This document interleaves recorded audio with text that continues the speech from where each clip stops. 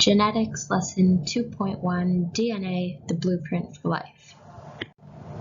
So what DNA is DNA is essentially what we are created from. Everyone has DNA, and you could have similar DNA to, let's say, your parents or your siblings, and twins that are identical have the same DNA, which is really interesting. And we'll sort of get into all of that in this genetics unit. But first we need to actually understand what DNA is. So if you scroll all the way down to sort of the molecular level, we need to break down what exactly it is. So also known as deoxyribonucleic acid is the hereditary material in all humans and almost all organisms. So it's the molecules formed together that carry the instructions or the blueprints for life, development, function, and growth of all living things. And it was discovered many years ago in 1869, but new developments are found each year. So the DNA structure. So if you ever think of DNA, or you think of if you've ever seen that sort of statue of the two sort of swirls, that is what's known as a DNA strand. So it's a twisted ladder, or it's known as double-stranded, and each of those strands has a chain of units called nucleotides. And then the nucleotides actually have three parts to themselves. So they have a phosphate group, a sort of sugar group, or like people refer to them as the backbone, which is like the structure. And then they have things called nitrogen bases. So we refer to these nitrogen bases as 4 letters. We'll learn the name in the next few slides. But for now, you can refer to them as the letter A, T, C, and G. And you can see in this strand, there are all of those letters in this strand. Now, like further on in your life, if you continue sciences, people are actually able to decrypt these strands of DNA. And let's say this person was missing like an extra C in their DNA strand, that could cause lots of problems down the road, or be the reason that they have this problem in their body.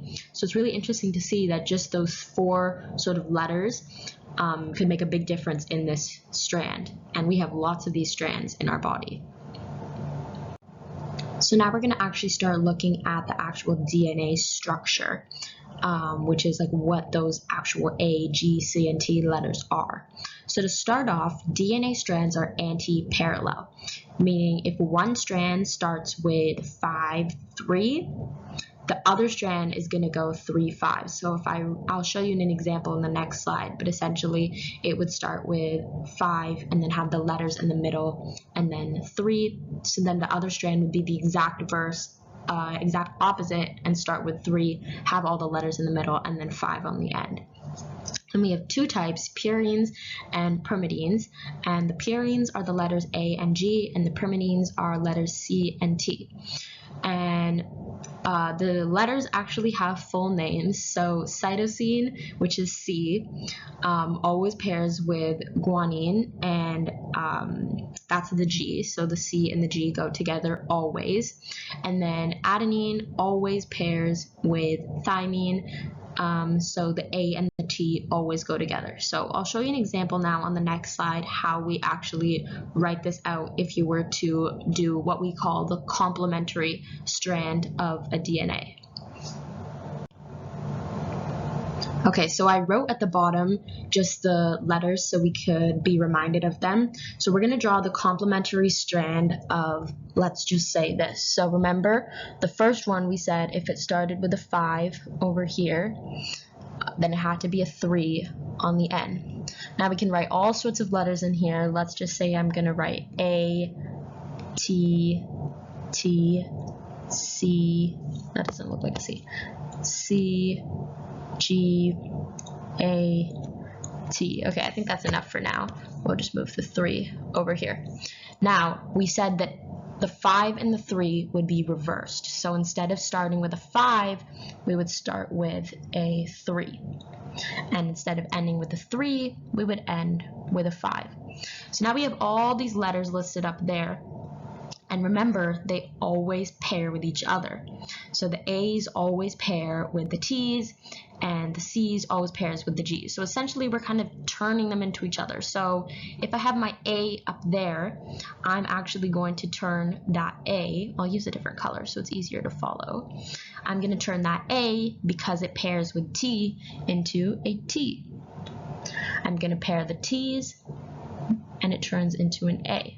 We have another T, A. The C's, if we look down here at our little chart, pairs with the G. So I'm going to put a G here. The G pairs with a C, and then we have another A. And remember, the A pairs with the T. So I'm going to put a T. And then the last one, we have a T. We look back at our little pairing over here, and T always pairs with an A. So hopefully that gives you a little bit of a better understanding of how we draw the complementary strands for DNA. So remember that the C's always pair with the G's, and the A's always pair with the T's. Now you could have it starting with a 3 and ending with a 5, and all you would have to do is make the complementary strand starting with a 5 and ending with the 3. So it's actually just the exact opposite. There's not really any way you can trick you here, as long as you know that C pairs with G and A pairs with T. So here's just a quick history of DNA. So two famous scientists, Watson and Crick, they're the founders of DNA. They reasoned that the base of the pairing was very specific. So remember how we paired those two together. So the A and the T always go together under every circumstance, and the G and the C go together under every circumstance. So how is DNA packed? So you see all of these sort of strands sort of put together, but how do they actually get like that? I'm going to learn a little bit more about this in our meiosis and mitosis lessons, but essentially the DNA in each cell is about 6 feet long and needs to be packaged so that it can fit into the nucleus of a cell. Because it's really long, we need to sort of condense it down. So sort of think of this as condensing. So most of the time the cell is an interphase, which is one of the phases of mitosis, and the DNA exists in a mass of long fibers wrapped around the histone proteins, or what's known as a chromatin. As the cell prepares to divide or go through mitosis, the DNA replicates. And at the beginning of mitosis, during prophase, the chromatin condenses or gets smaller into visible chromosomes, and then each consists of 2 sister chromatids held together by a centromere. So we'll learn a little bit more about all of these chromosomes and chromatins and sister chromatids and what they mean in mitosis and replication. So here's just a bit of a diagram on how DNA is replicated during the S phase of interphase, so just prior to mitosis. So since the 2 strands of DNA are complementary, remember we learned that, each strand acts as a template for building a new strand in replication. In the DNA replication, the parent molecule unwinds into the 2 new daughter strands, and they're built on the base of the pairing rules. So remember, our pairing rules are that A always pairs with T and C always pairs with G. So you can sort of see that happening in this little animation here. And then here is just a quick cut and paste from my textbook that just goes over it a little bit more. So you see they're sort of paired together at the top, so that's what's called the parent molecule. And then the first step of replication in part B is the actual separation of those 2. And then you see they sort of fall in sort of like a domino effect. That's kind of what I call it, sort of like a puzzle, and they sort of fit together with their connecting ones. So A and T go together, C and G go together to make the complementary strands. And then we have 2 new ones, and those will eventually form, again, what's seen in part A, or the parent strands. So that's how DNA replication occurs. And that's it.